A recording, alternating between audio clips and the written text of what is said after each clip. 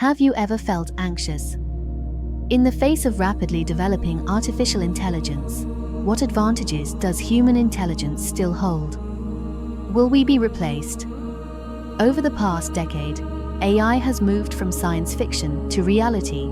It can mimic Shakespeare in poetry, drive cars autonomously, and even pass the most rigorous bar exams. But here's a curious question. Have you ever wondered why an AI that can easily defeat a world chess champion still can't learn to properly load dishes into a dishwasher like an ordinary person? This stark contrast is where we begin our search for answers. In the history of intelligence, a classic book we'll delve into today, renowned AI entrepreneur Max Bennett puts forward a groundbreaking assertion. The answers lie not in the future, but in the past. They are deeply buried in the 100 million year evolutionary history of our brains, a grand journey filled with countless trials, disasters, and ingenious innovations. The author argues that the evolution of intelligence was not a single leap, but 5 major paradigm shifts. Our brains hold unresolved evolutionary codes, which may be the key to AI's future. Understanding these 5 great leaps will help you grasp AI's current limitations and future potential, and more importantly, understand the true value of human intelligence. In the time ahead, this book will completely transform your perception of intelligence and help each of us find our irreplaceable place in this new era. So, to truly unravel the fascinating yet anxiety-inducing puzzle, why an AI that can mimic Shakespeare and ace top human exams is stumped by a simple dishwasher, we must first pick up a conceptual hammer and shatter the statue of intelligence we've long taken for granted. Ask yourself, when you hear the word intelligence, what image comes to mind? It's likely a chess master deep in thought, calculating millions of moves, or a white-haired physicist describing the birth and death of distant galaxies with elegant formulas. We instinctively equate intelligence with the ability to handle complex abstract logical problems, as if intelligence should reside in ivory towers, far from our mundane daily lives. But the history of intelligence delivers a resounding warning. This view is fundamentally wrong. We've not only underestimated intelligence, but also misdefined it. The book presents a striking idea. The essence of intelligence is not the computational power we admire, but a set of adaptive abilities life developed to survive in a complex, ever-changing world. It's not a human monopoly, nor a privilege of a few geniuses, but an epic saga written collectively by all life on this planet through 4 billion years of brutal survival struggles. To make this revolutionary concept more tangible, consider a scenario from the book. Imagine a top-level astrophysicist who understands black holes and calculates the universe's age, undoubtedly possessing top-tier intelligence. But if his basement pipe bursts one day, spraying water everywhere, he might panic, helpless before a jumble of valves and pipes. Meanwhile, an experienced plumber walks in, barely glancing, just listening to the water flow and feeling the pipe's temperature, immediately diagnosing the issue and restoring order in minutes. In this specific survival crisis, whose intelligence is more advanced, more effective? Similarly, a Go AI can defeat humans on a board with fixed rules and a single goal. But in a noisy market, bargaining with a vendor, dodging running children, selecting the freshest vegetables from dozens of options, while mentally planning dinner and the family budget, this series of everyday actions, natural to us, is nearly impossible for the board-dominating AI. It lacks the most basic understanding of the chaotic yet real physical world. Thus, the book offers a new key to reopen that intelligence room. It defines intelligence more fundamentally, plainly. Intelligence is a system's ability to perceive and build a model of its world to achieve its goals, then act effectively based on that model. It may sound complex, but remember 3 key words: goal, model, action. For all life on our planet, the underlying, driving ultimate goal is survival and reproduction. To live, life must understand its surroundings. What's food? What's a predator? Whether it's cold or hot. This is building a world model, then acting to survive. Measured by this new yardstick, intelligence's story becomes epic. Its origin isn't mere millennia of human civilization, but stretches back 4 billion years to a primordial soup of chemicals. Imagine, in that chaotic ocean, a miracle, a molecule we call a replicator, with life's first and simplest goal: replicate itself, spread its kind across the world.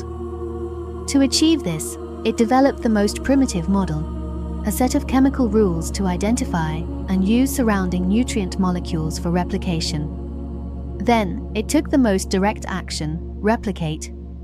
You see, intelligence's 3 elements were present at life's birth. This ancient intelligence, simple as it was, possessed power enough to design and build all life's wonders over billions of years. Our proud human brains, even today's AI, are just the latest characters in this grand evolutionary drama, appearing only billions of years later. Revisiting the AI and dishwasher question, the answer clarifies. I's intelligence is a pure, highly abstract 5th-level intelligence, skipping billions of years of early life evolution. It lacks a body evolved for survival, thus knowing nothing of the physical world. It doesn't know plates are hard and fragile, water flows and splashes, gravity makes an unstable cup fall and shatter. These physical intuitions, natural as breathing to a 3-year-old, are precisely the billions of years of evolutionary memory AI lacks. So who was the first protagonist of this 4 billion year story? It had no brain, no nerves, not even a complete body, yet laid the foundation for all subsequent intelligence, our oldest common teacher, known as the gene. Let's turn back time to witness intelligence's first great leap. In the previous section, we discussed intelligence's essence as adaptive abilities for survival. To understand this power's origin, we must embark on a bold time travel, returning 4 billion years to a chaotic world before even simple bacteria existed. Here, we meet Earth's first and cleverest player, the gene. Yes, you read that right. Intelligence's first great leap had no brain, nerves, or even a complete life as its carrier, but a self-replicating chemical molecule. This molecule, today known as DNA, or its older ancestor, was intelligence's founding engine. This may challenge intuition. How can an invisible chemical molecule relate to intelligence? Recall intelligence's 3 elements: goal, model, action. Measuring genes with this yardstick reveals a perfect score. First, what is a gene's goal? Simple, blunt, unwavering: survive, replicate, spread copies across the world. This primal urge, etched in its chemical structure, drives all subsequent life. Unlike humans with complex desires, its goal is pure, thus infinitely powerful. Second, what is a gene's world model? It's the gene's own long sequence of 4 letters: A, T, C, G. Don't see this as dead code. Imagine it as a living, ever-updating encyclopedia of Earth's survival. Each chapter, each section details building a survival machine, an organism adapted to a specific environment. For example, a chapter, Surviving the Arctic, specifies growing thick white fat for warmth and camouflage. Another, Predating in the Deep Sea, records making bioluminescent lures and sharp teeth. This book embodies the gene's entire understanding of how to live in this world, its model of reality. Most crucially, what is its action? This is gene intelligence's most fascinating and counterintuitive aspect. Unlike us, choosing actions actively, its action is a passive, grand research experiment spanning eons. The experiment has 2 simple, brutal steps. Step 1. Random innovation, better known as mutation. When replicating, genes act like diligent yet distractible scribes, occasionally miswriting words, adding or omitting lines in the survival encyclopedia.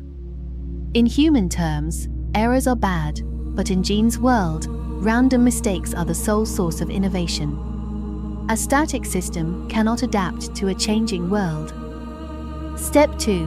Market testing, called natural selection. The revised encyclopedia immediately builds a new organism, a survival machine, with the latest design, thrown unsparingly into nature's real, brutal market.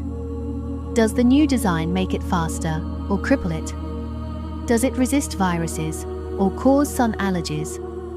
The market delivers direct feedback. Successful designs, faster speed, say, survive, find mates, pass the proven encyclopedia to more offspring. Failed designs, with their flawed revisions, are ruthlessly eliminated, vanishing with their carriers. This is how genes learn, not within one life, but across generations, through widespread trial and error. Like a blind watchmaker, without consciousness, foresight, or thought, yet over billions of years, it learned to build life from bacteria to blue whales, viruses to humans, complex beyond belief. This knowledge, bought with countless lives, is etched in gene sequences, Earth life's most precious long-term memory and underlying operating system. This first intelligence leap laid an unshakable foundation, all higher intelligence built upon it. Stable and reliable, once mastering a survival skill like photosynthesis, it preserves this wisdom for hundreds of millions of years. But this intelligence has a fatal flaw, as the book emphasizes. It's agonizingly slow, with learning cycles measured in generations. Verifying a tiny change takes thousands of years. Gradual environmental changes are manageable, genes have time to adjust designs. But sudden disasters. Imagine an asteroid striking Earth, altering climate instantly. Genes' response? None. They watch their once magnificent creation, dinosaurs, go extinct, unable to adapt quickly. It cannot make real-time, flexible adjustments within one lifetime. Like a timeless textbook, filled with time-tested truths, yet useless for sudden pop quizzes. This strategically brilliant, but tactically sluggish trait became life's first great evolutionary bottleneck. To survive, life needed a new, faster intelligence, enabling learning, danger perception, and opportunity seizing within one lifetime. This evolutionary pressure spawned intelligence's second great leap. To break genes' slow curse, a new information processor took center stage in organisms. It gave intelligence speed for the first time, the neuron. In the previous section, we noted genes' grand wisdom is too slow for urgent dangers. To break this slowness curse, life evolved instant response intelligence. This critical speed revolution starred our second hero, the neuron. Its birth was revolutionary. If genes are life's legislators, crafting grand survival laws, neurons are enforcers, acting instantly in emergencies. They laid life's first information superhighway. Its working principle is elegantly simple. Imagine a thin biological wire transmitting weak electrical signals. Linking sensors, touch-sensitive skin cells, to actuators, muscle cells controlling movement, with a simple if-then switch. For example, if skin senses pain, trigger current to contract muscles.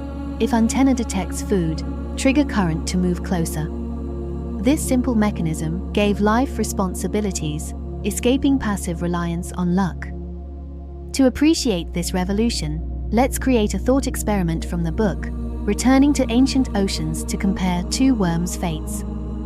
First worm, clumsy, lived before neurons, with only genes' slow-moving survival program. Life was a luck gamble. Drifting, lucky currents carried it to food, unlucky ones toward scalding volcanic magma, no escape. Even if skin sensed lethal heat, it couldn't alert muscles, flee, its body was disconnected, with information spreading only via slow chemical diffusion. Second worm, clever, lived in a new era with dozens of primitive neurons. Like its ancestor clumsy, a current swept it toward hot magma. As it neared, skin heat sensors triggered an electrical signal, like a tiny lightning bolt, racing through neurons to activate muscle switches. If hot, contract immediately. Clever's body twisted, escaping fatal heat in milliseconds. This was a pivotal moment. Clever didn't just survive, actively earned life, no longer a slave to luck. neurons connected its body into a coordinated unit, granting the oldest, vital ability, seeking pleasure, avoiding harm. This second intelligence leap, called reactive intelligence, uses speed to counter the world's sudden risks. Dozens of neurons are primitive, but millions or billions connecting into complex networks unleash true miracles. This network, beyond simple one-to-one switches, becomes a precision decision center. Like a modern company's communication system, small teams use verbal notices. Large enterprises need a central hub and countless lines. A signal triggers multiple departments, neuron clusters. One neuron reports, vibration detected another, light dimming a third. A minor supervisor integrates these, not ordinary current, large predator approaching. Activate emergency escape. The body enters efficient flight mode. Life's behavior grows unprecedentedly complex and effective. This reactive intelligence works tirelessly in us today. Yet, like gene intelligence's slowness, this fast system has a fatal flaw: it's stupid or forgetful. A robot following preset programs handles known dangers, but fails utterly at new, unknown situations. Crucially, it cannot learn from experience or understand cause and effect. A fly dodges a rolled-up newspaper, its nervous system executing, detect shadow a wind, evade, but repeats this reaction endlessly, never learning the human's harmless-looking paper is the threat. It cannot form a rolled newspaper equals danger concept, living in an eternal present, no memory of past, no future plans, each reaction isolated, unconnected to the last. This inability to generalize dooms reactive intelligence to being merely an evolutionary transition. To conquer the complex world, life must not just react, but understand it, building an internal virtual sandbox for simulation, planning, learning. This need spawned intelligence's third, most revolutionary leap, learning to think. We left off on a cliffhanger. Reactive intelligence's inability to generalize dooms it to be merely transitional. To conquer the complex world, life needed understanding. This urgency birthed intelligence's third, greatest leap, learning to think. This leap's core wasn't faster reactions, but transforming learning and decision-making, its invention, the brain's virtual reality sandbox. Before, life played survival on hard mode, one life, one mistake, poisonous mushroom, high 4 ends the game. Learning cost life itself, brutally expensive. Thinking's birth added infinite simulators. Life first built an internal virtual world, safely simulating and planning without real cost. A primitive beast faces a deep canyon with fruiting trees beyond. Once, two choices: risky jump, likely fatal, or hunger. With thinking, it simulates direct jump, 99% death, no. Walk along the canyon, narrow a spot. Possible, worth trying. That fallen tree, push it across as a bridge. This is thinking's essence, rehearsing in the mind before acting, boosting our ancestors' survival. Dangerous, foolish ideas are eliminated in simulation, only refined, optimal plans proceed. This powerful simulator's hardware, the brain's wrinkled gray matter, the cerebral cortex. Each expansion exponentially increases this biological supercomputer's power. Yet hardware alone is insufficient. Computers need efficient operating systems. For thinking, this system is a daily, underappreciated invention: language. We see language as communication, but the book argues deeper. Language turns thoughts into standardized Lego blocks. Without language, thoughts are shapeless clay. Yesterday's roaring yellow-black tiger, hard to build complex castles.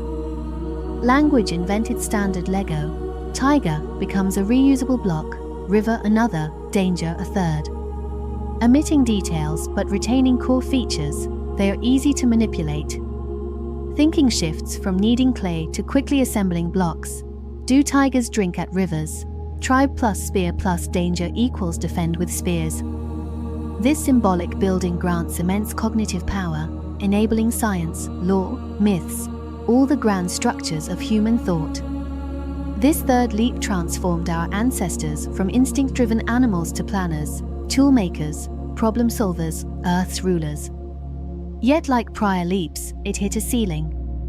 Tragic and real, imagine a tribe's wisest elder, lifetime of observation, learning, thinking, his brain a detailed world encyclopedia. But at death, his knowledge palace collapses, lost forever.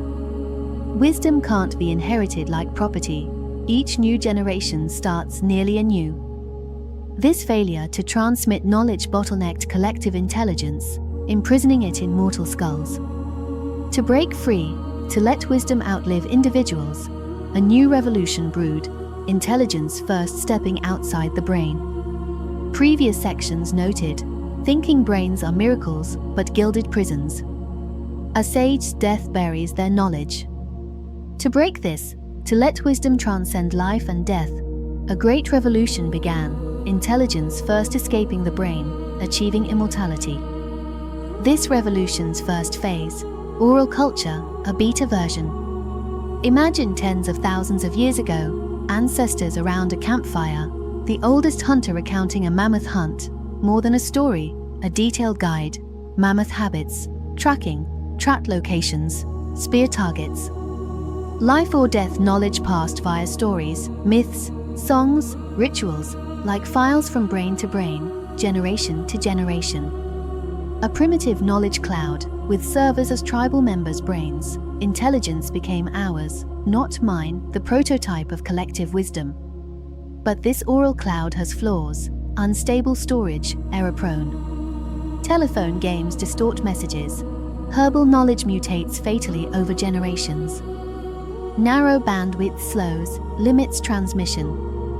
Most critically, human brain servers have limited capacity, are unsafe, war plague destroys the tribe's knowledge. To solve this, an immortality technology emerged, writing. As pivotal as genes or neurons, writing turned oral knowledge from unreliable memory to permanent hard drives.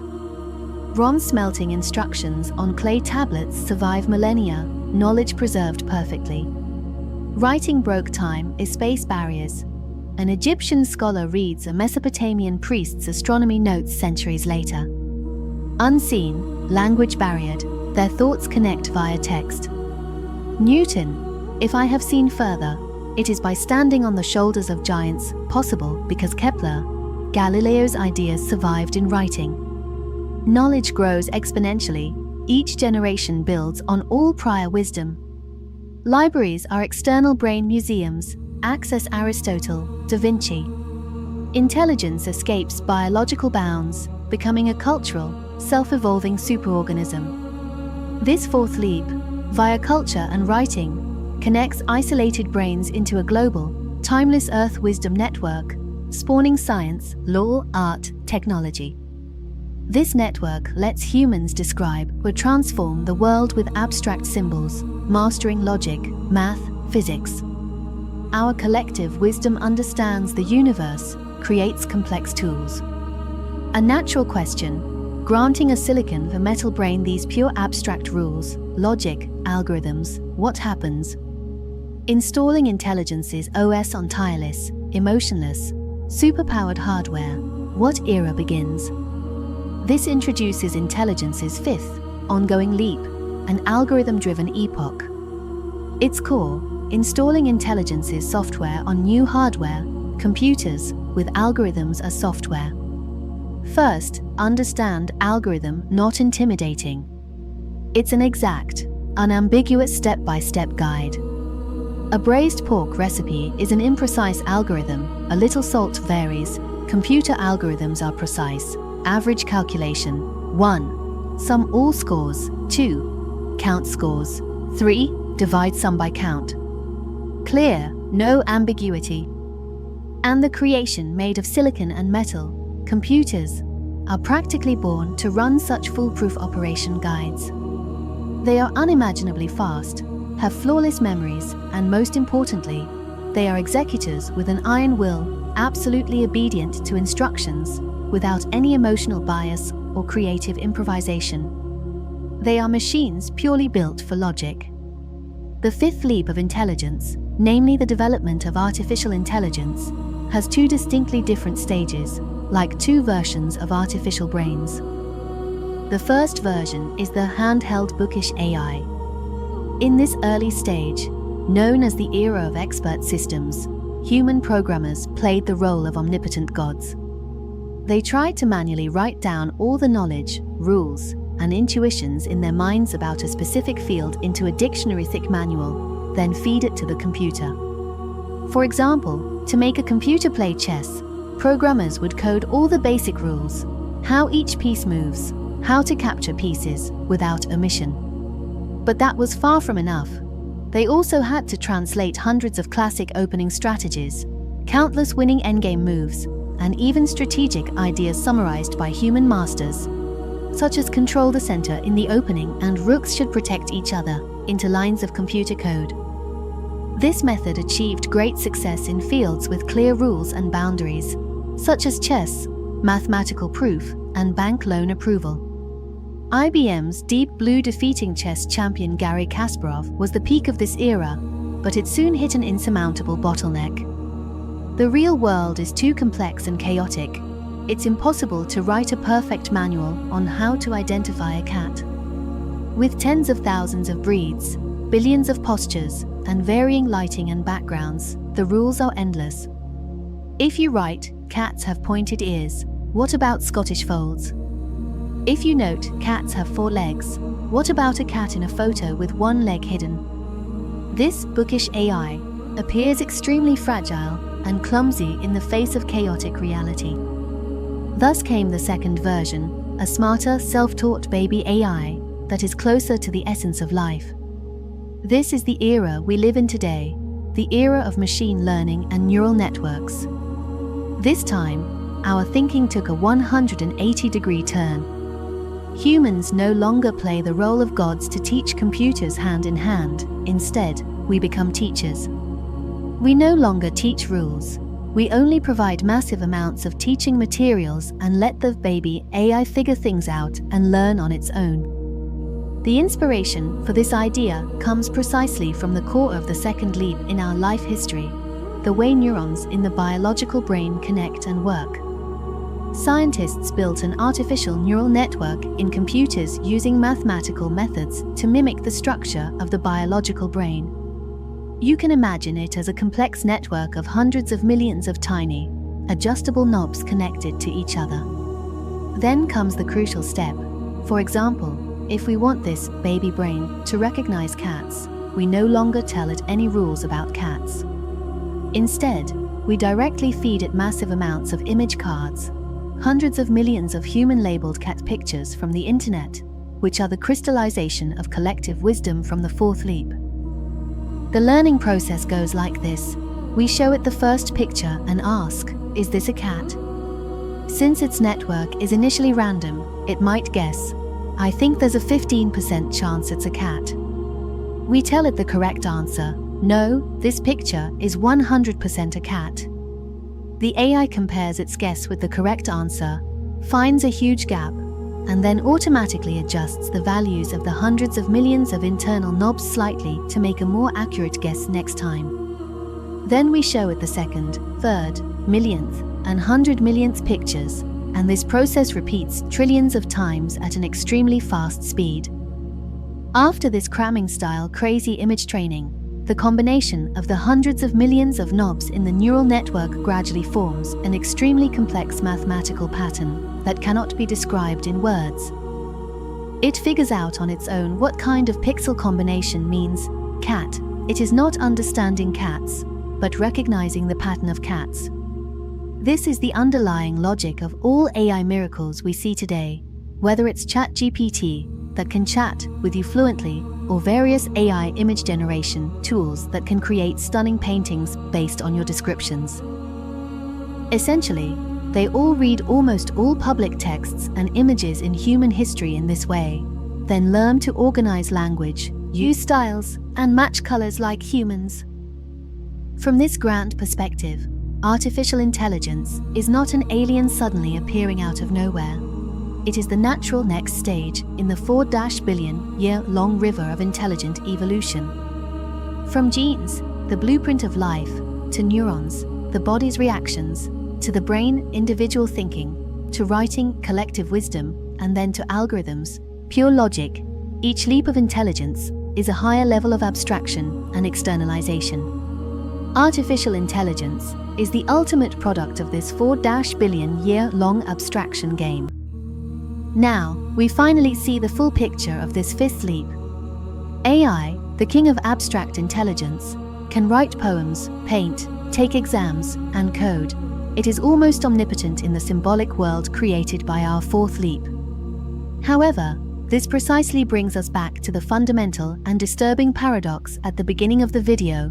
If such a mind is so powerful, why can't it even wash dishes? Why can it defeat World Go champions, but can't tidy a child's bedroom? The answer to this question, as we are about to see, lies not in what artificial intelligence possesses, but precisely in what it missed on its way to the peak of intelligence.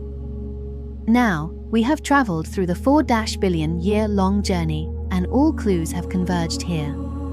It's time to directly answer the ultimate puzzle that has troubled us since the beginning of the video. Why can an AI that writes poems, takes exams, and defeats world champions be so clumsy at seemingly simple tasks like tidying a room or washing dishes? The answer is both simple and profound. Artificial intelligence is a great skipper in the history of intelligent evolution. It is an extremely smart, but severely biased genius, a king who has reached the pinnacle in the world of abstract symbols, but also a baby stumbling in the real physical world. Its strength and fragility both stem from its perfect mastery of the fourth and fifth leaps of intelligence, while almost completely missing the first three crucial leaps in the first few billion years of life evolution. These three missed leaps together form an invaluable treasure that we are born with but often overlook: wisdom of the body, or in more professional terms, embodied cognition. So, what kind of magical treasure is this embodied cognition? Let's now delve into this continent of wisdom neglected by modern people. First, we need to subvert a common misunderstanding. We always think that a smart brain directs a relatively clumsy body to perform tasks. But the history of intelligence tells us that the truth may be exactly the opposite. In many cases, it is our body, which has been struggling in the physical world for billions of years, that teaches our brain how to think. Our deepest wisdom is often not thought out, but done. The best example to illustrate this is learning to ride a bicycle. Before you master it, I can show you 100 textbooks on bicycle dynamics and play 1,000 hours of teaching videos. Your brain can fully understand all the principles of balance, inertia, and angular momentum. That's fifth level intelligence. But when you sit on the saddle for the first time, you will definitely fall. Why? Because the real knowledge of balance cannot be transmitted through abstract symbols. It can only be engraved into your nervous system bit by bit through the tilt felt by your thigh muscles, the sway felt by your vestibular system, and the pain when you fall. That's second-level intelligence. When you finally learn it, you are not calculating how to balance. Your body has remembered the feeling of balance. This knowledge is stored in your muscles and nerves, not in the part of your brain responsible for logical thinking. This tacit knowledge that cannot be fully described in words is the essence of bodily wisdom, and it is reflected in every moment of our lives. For example, folding clothes. Robots need complex visual algorithms to identify edges and wrinkles, but often fail, while we, with our dexterous hands, can easily feel the texture, softness, and drape of the fabric, and we can even fold clothes easily while watching TV. Another example is opening a bottle cap.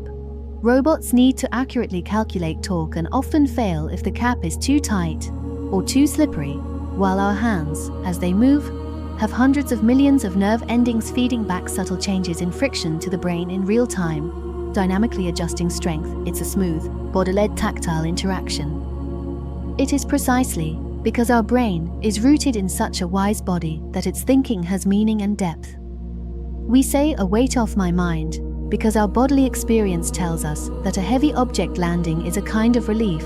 We say this problem is thorny because our hands know that things with thorns are hard to handle. Our most advanced abstract thinking is built on these most primitive and profound bodily metaphors. Now, with this new understanding of this powerful bodily wisdom, let's return to the initial dishwasher and conduct a forensic-level detailed analysis. When we humans face a sink full of dishes, we mobilize full-stack intelligence that embodies 4 billion years of evolutionary experience. The miracle begins when you reach out and pick up a plate covered in oil and detergent foam. First, the wisdom of genes comes into play. The fingerprints it designed increase friction. The bones and muscles of your palm are naturally suited for gripping. Your hand, as a piece of hardware, is itself an intelligent product. Then, 0.01 seconds after you touch the plate, the wisdom of neurons fully activates. Countless nerve endings at your fingertips, like the highest precision sensors, immediately upload a series of data to the brain. This plate is ceramic, smooth, a bit heavier than expected, and the residual detergent foam makes it 20% slipperier. Your hand will subconsciously and automatically adjust the gripping force, even before your brain's consciousness is involved. Then, the wisdom of the brain shows its power. To insert this plate into the narrow rack of the dishwasher, your brain, based on the bodily experience of picking up and putting down thousands of different objects in the past, quickly simulates an optimal movement trajectory in the virtual sandbox of your mind. This simulation includes the weight, shape, center of gravity of the plate, as well as the length of your arm and the range of motion of your joints, and this process is so fast that you can't even notice it. As for the AI robot, it tries to use its trump card, the wisdom of algorithms, to solve this physical problem that is completely unfamiliar to it. Its high-definition camera starts scanning, trying to build an accurate 3D model, but the reflection in the sink causes a 0.1 mm error in its judgment of the plate's edge. Its mechanical claw, which has no sense of touch, grabs with the standard force from the database, failing to account for the extra slipperiness caused by today's detergent foam. When it tries to put the plate into the rack, its optimal path, purely based on geometric calculations, fails because of a misshapen spoon, not captured by the model blocking the way. So the mystery is finally revealed. AI is not defeated by the complexity of dishwashing, but by the seemingly ordinary yet unfathomably deep evolutionary heritage of billions of years behind this action. It tries to solve a comprehensive problem involving physics, sensation, and experience with pure mathematics, while we solve it with the wisdom of the entire history of life evolution. Now that we have seen this most critical missing piece in AI, a major question about the future emerges.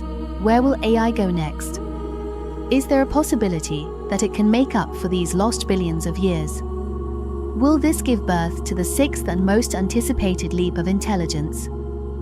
In the previous section, we finally saw that the strength and fragility of artificial intelligence both stem from it being a castle in the air built on the cloud.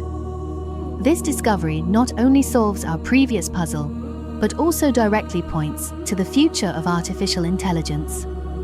Its next step must be a grand make-up lesson, a great journey trying to make up for the lost billions of years. So how can AI learn the bodily wisdom we are born with? Now, in the world's top laboratories, scientists, like patient parents, are trying to teach this smart child, AI, how to have a real body in two mainstream ways. The first way can be called the virtual world crash course, or the Matrix plan. Scientists know that letting a multimillion-dollar robot learn like a baby through falling and bumping in the real world is too slow and expensive. So they tailor extremely realistic virtual worlds for AI. In this digital sandbox, time can be accelerated 10,000 times, allowing AI to experience millions of virtual lives in just a few hours. In this virtual world, AI controls a virtual robot, practicing walking, grabbing, and throwing over and over again. It will fall 1 million times, but each fall won't damage any real hardware. It will crush virtual cups 10 million times, but each failure is just a reset in the data stream.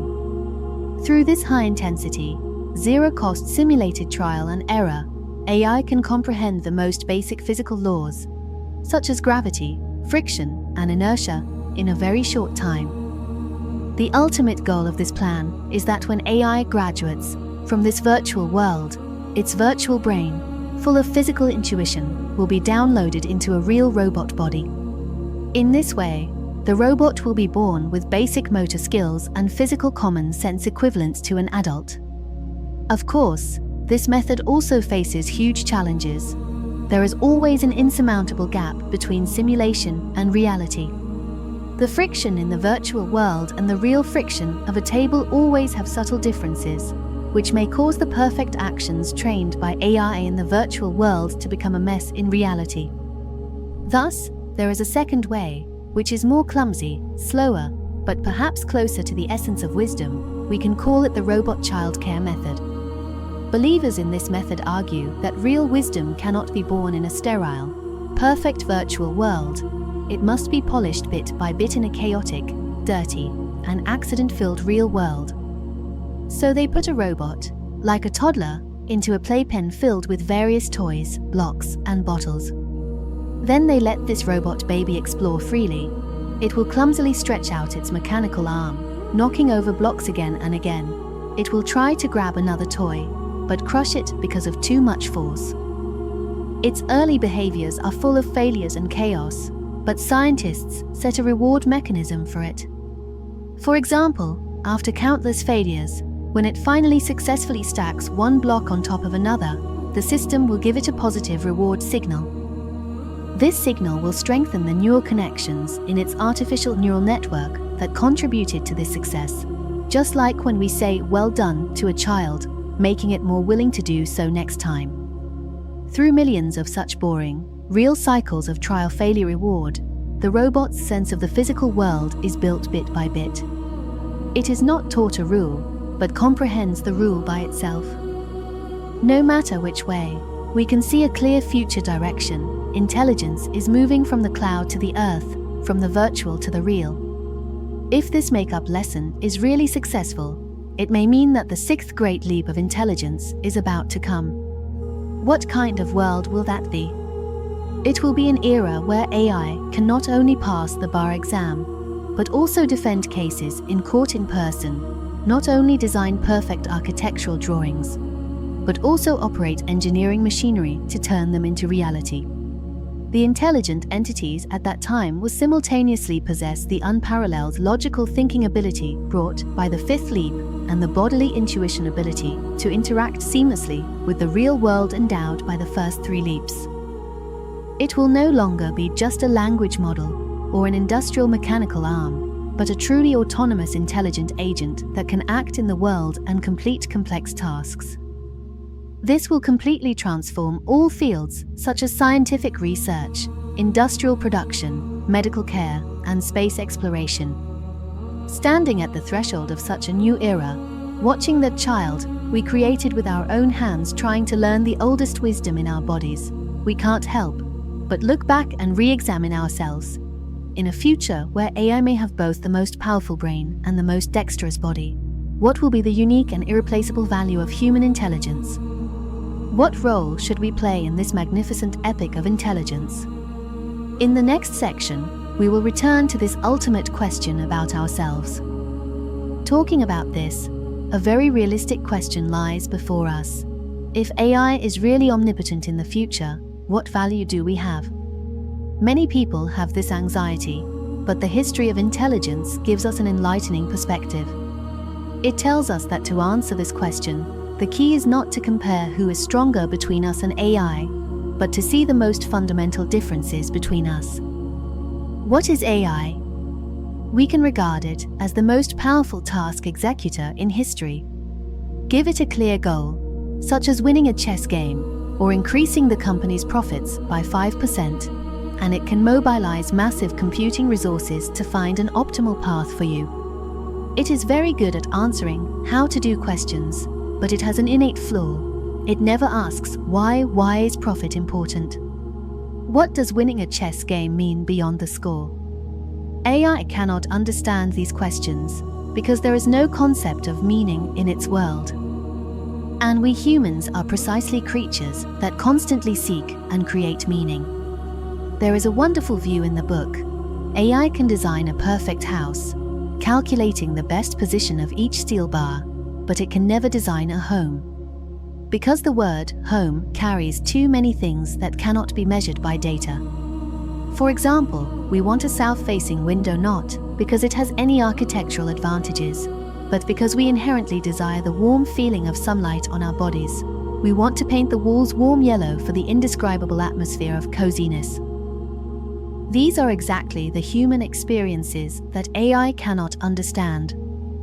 Therefore, our relationship with AI is not like a more advanced athlete replacing an old one, but more like a new species entering our ecosystem. Our unique value lies in the fields that AI cannot reach, such as our value judgments. We think protecting human life is important because our genes and nervous systems are inscribed with compassion and empathy for our kind. We think a piece of music is beautiful because it can directly touch our emotions. This value compass formed by our bodies and emotions is what AI does not have. Another example is our pursuit of meaning. AI can solve problems, but we humans will think about whether the problem itself is worth solving. We look up at the stars and wonder about the origin of the universe. We face difficulties and question the meaning of existence. This pure curiosity and exploration of ultimate meaning are the fundamental driving forces of the development of our civilization. Therefore, the history of intelligence is not predicting a future where humans are replaced. It is more like a mirror, which, by comparing the purity and power of AI, in turn illuminates the precious traits in ourselves that have always existed but been ignored by us. It reminds us that our core competitiveness as humans may not be the rationality and logic we are proud of, but rather those seemingly unscientific emotions, intuitions, empathy, and creativity. We don't have to be a faster computer, we just need to be a more complete human being. Thank you all for watching, and see you in the next book.